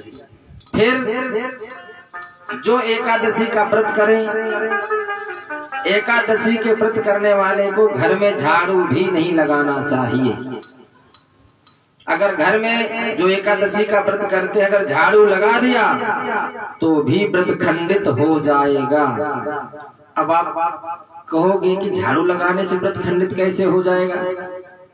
अगर झाड़ू लगाते समय कोई कीड़ी मर गई, कोई जीव जंतु मर गया, तो वहां पुण्य की जगह पाप लगेगा। इसलिए कहा गया है हमारे शास्त्रों में कि एकादशी तिथि के दिन झाड़ू भी नहीं लगाना चाहिए। और बाकी घर में जो लोग रहते हैं वो लगा दें, वो ना लगाएं जो व्रत करते हैं।